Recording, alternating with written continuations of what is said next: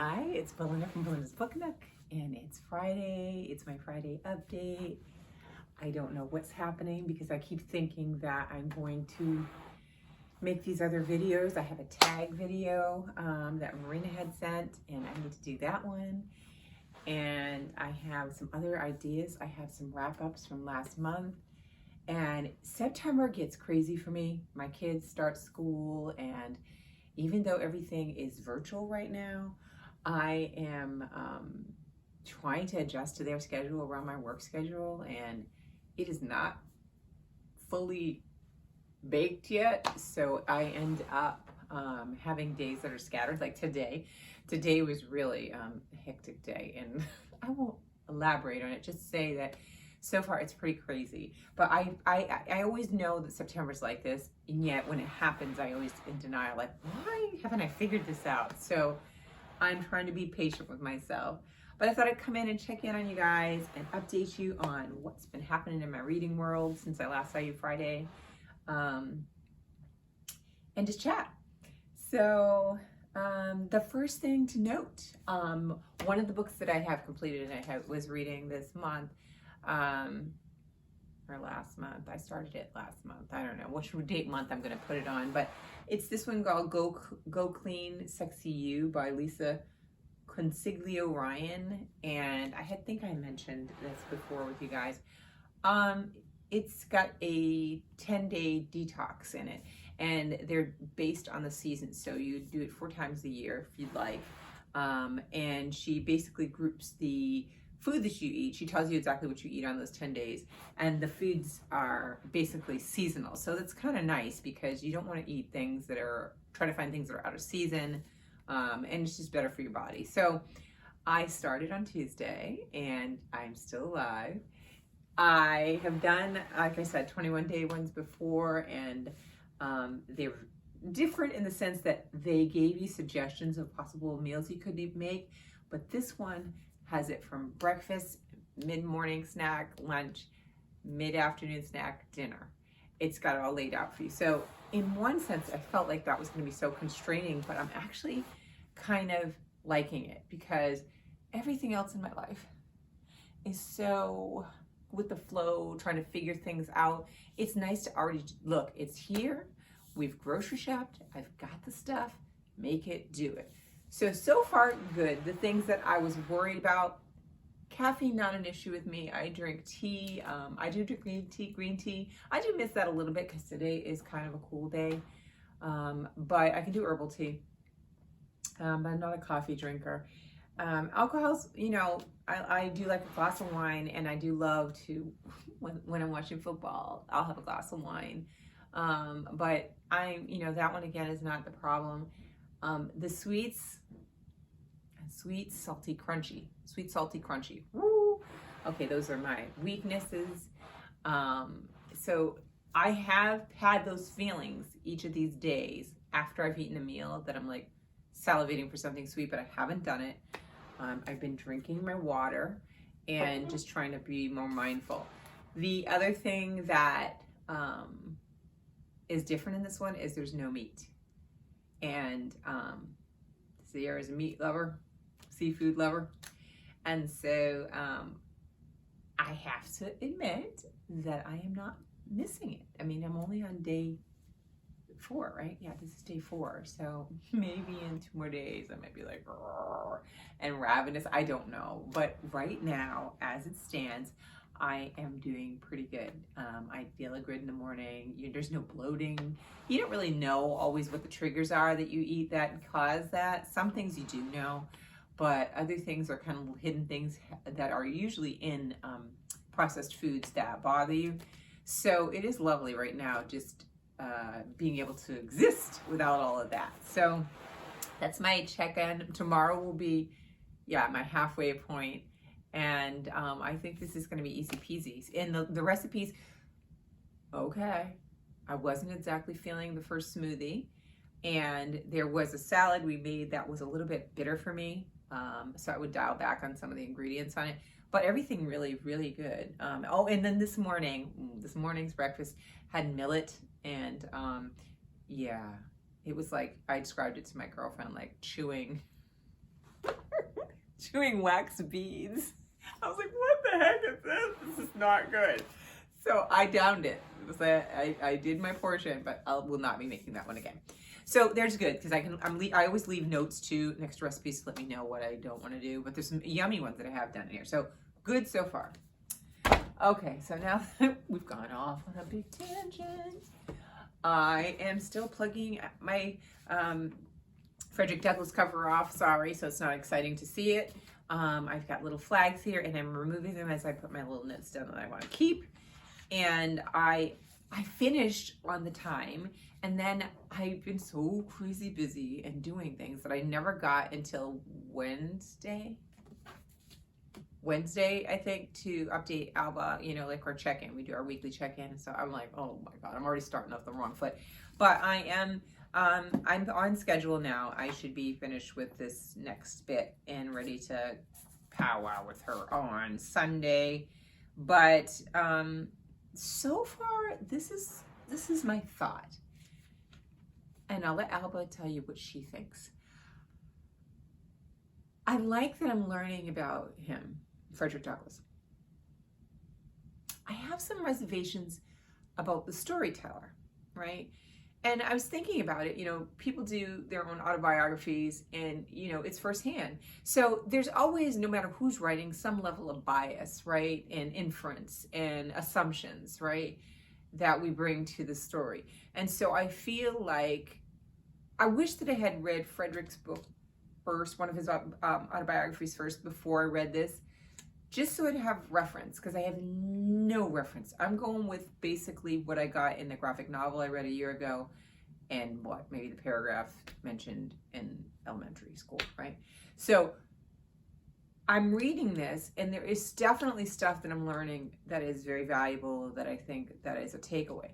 But at the same time, I have to keep a critical eye of how this person is interpreting, you know, the author, David Blight, is interpreting what he reads and information comes to him with regards to Frederick. You know, he's inserting his own assumptions a lot of times.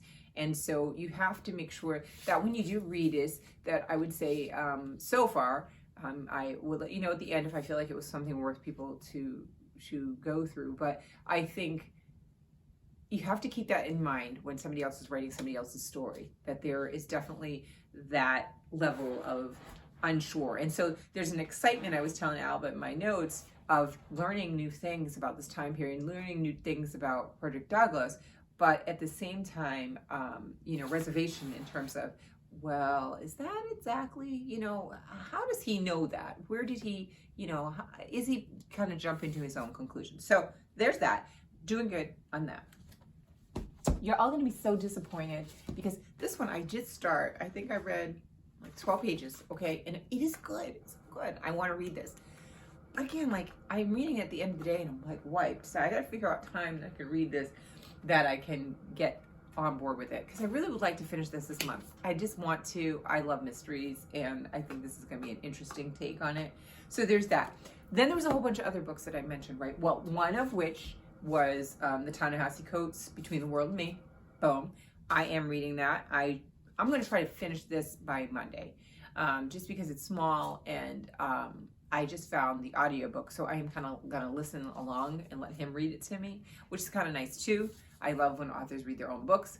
Well, when they're, I should say, when they're more like memoir or autobiography type, because I don't think that authors should read their fiction books, but that's a whole nother story. Except, there are exceptions. Wait. Acevedo. I mean, she could read every single one of her books. I just only want it that way. So, yeah. So, I take that back. I guess I can't make that bold statement. This is coming along fine. Okay, everything else that I've told you kind of went out the window. Why?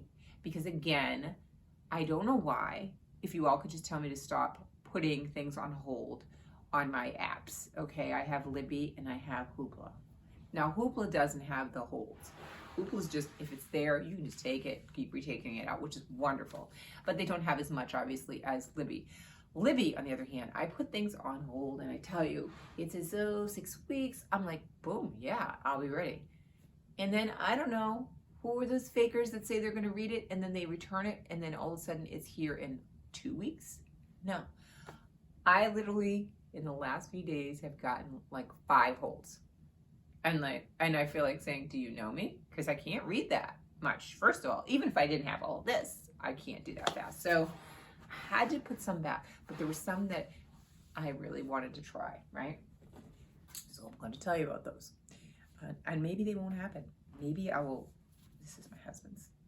Oh yeah, I want to tell you about this too. All right, I have lots of things to talk about, and I don't want to take up too much time because it's Friday. Everybody wants to go do their thing. Okay. This one is, again, a new release. I have been like really naughty to my rules because remember I said I don't like reading it when I gotta let the dust settle. I can't stand all the hype, right? And, but this one sounds really good. And I really love reading Caribbean fiction, and nonfiction too, but Caribbean fiction is really, I've been really getting more and more excited about it. And I follow a bunch of people that have been really posting some really great recommendations, which are just blowing up my TBR. Well, here we go. So I have this one and it's called Love After Love and it's by Ingrid Persad. Yeah. And it says this is her sophomore novel. It examines, it's set in Trinidad, and Tobago. And it follows the life of Betty Ramdin, her son Solo, and Mr. Cheaton. And it says, a story about a family formed through an unexpected friendship. From hardship comes love. With secret comes a cost. The undercurrent causes rupture that can be held back for only so long. What will become of the tightly woven bonds of a family, each member relying on one another? This is Ingrid Persad's novel, Love After Love. Okay, so what is that? That's Amazon, still a description there. And then I'll give you the cover. Can I get the cover? Yeah, here's the cover. The cover's really pretty. Oh no, yeah, here we go. This is what it looks like, right? Can you see it? I don't know if you can see it. I'm trying to see if you can see it. All right, so there's that. That's the cover. So that came in, and I accepted it. And I know I have all this other stuff going on. I'm like, So I am the naughty one for people that are waiting for this because now they got to wait. I'm going to give it a try and see if I can squeeze it in there. If I can't, I'll put myself back on hold again and I'll get it again later and I'll try it. But, I thought that would be fun to read. So there's that, right? I think that's the only one. And then wasn't there another one? Why do I feel like I have another book too that I did kind of hold and I shouldn't? It's just naughty. Oh, this one. The Undocumented Americans by, get this, I'm going to try, Carla Conejo Villavicencio.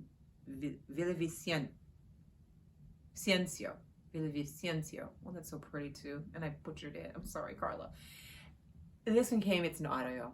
I totally want to listen to it. There is a podcast that I listen to called The Stacks. Love it. And they are reading this and at the end of the month, they're going to talk about it. And I was like, oh, I think I saw that one when I was kind of scrolling through books. Maybe I'll do it. So this one came off of hold. I'm going to try to just knock this one out. It's an audio. It's not too long. And in the book, the story is talking about, obviously, undocumented Americans. And I think there's just so much to unpack and learn there. And I think that, there's no one story that's going to do it. But I think you got to start somewhere, and this one sounds like a very good one. I think I listened to the author talk, and I was moved by her words, and so let's see if we can get that to happen. I mean, I'm saying these things to you guys, and I don't like, this is why I don't like to reveal things, because who knows if I will finish them, or, what have you. I should say on time, but, whose time is it? Okay, so the last thing I want to talk to you guys about, because I don't even know how much time, I forgot to, I used to time so I wouldn't go too long. The last thing I want to talk to you about, I watched, I was in a Zoom last night with this author, and his name is Adam Smyer. I had never heard of him. I never heard of the book. I found out from one of the local bookstores they were going to have a Zoom call with him, and I was like, they would do these conversations with, and they have another author that will give them the questions, they talk about it, and then it opens up for us to ask questions, we can type in little questions. I'm always down, and I saw, first of all, I saw it was a Black author, so I was piqued. Let's see, somebody I don't know. but the title of this cracks me up, okay? It's called, You Can Keep That to Yourself. A comprehensive list of what not to say to Black people for well-intentioned people of power. And this is the cover of it, okay, right? So now, that's the title.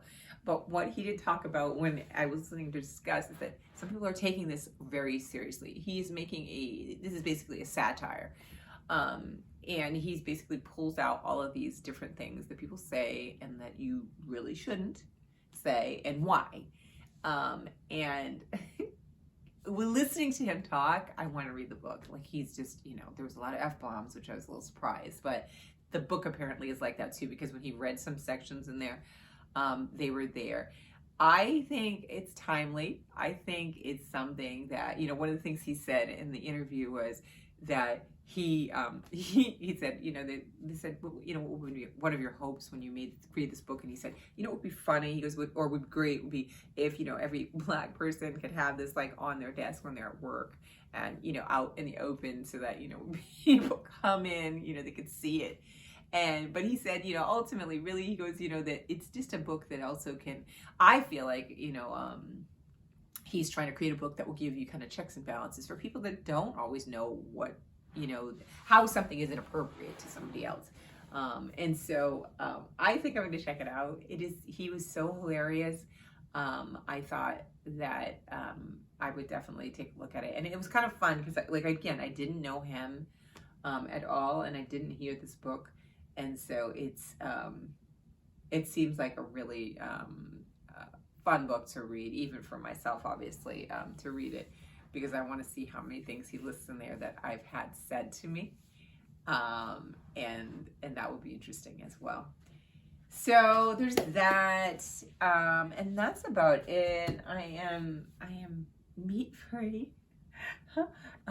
You know what I did right before I started the cleanse? I had a burger. I don't eat cheese in dairy, so I had a burger and I had it wrapped in lettuce instead of on a bun, and a big thing of French fries. And I was like eating it like the last meal. I was like, this is so good. I'm gonna miss you, burger. But you know what? Like right now, I'm thinking about it. I can draw up the taste in my mind, but I'm still not really like feeling. I'm not desperate for it. So right now, I mean, I'm good. Okay, this is day 4. See me at day 6, I might be like, whoa, this is, I think, I'm making meals for my family. I think that when I look at things, I have a flash of what they might taste, what they taste like, but I have not cheated yet. I've not like even when I'm cooking the meals, I'm not sampling and tasting it as I go. So I'm hoping and praying that my family survives that, because I'm definitely a taster as I cook. So that's been interesting, but I think so far it's been doing really good for me. I am happy. I have to say that this volume of water has led to me to be in the bathroom all day and all night. The first few nights I slept really good, and last night I didn't sleep as good, but this is what it is. But I will try to get to bed earlier. And the other thing is also, as football season has begun, and I do watch football, and so I have a feeling that the season is not going to be upon us or with us for very long because of the COVID-19. So I'm savoring every game. So I'm staying up watching the games, and I've been watching the NBA as well. And so now I have to blame that mostly on that rather than this detox, because I'm so excited to watch sports. So that's a little bit about me. Probably you didn't know. Anyway, I hope you guys have a wonderful weekend, and I pray that this is not too long a video that I have to cut it up or film it again, because nobody wants to see me twice, right? Okay, or hear me talk twice. Have a great weekend. Wash your hands, social distance, wear your mask. Bye.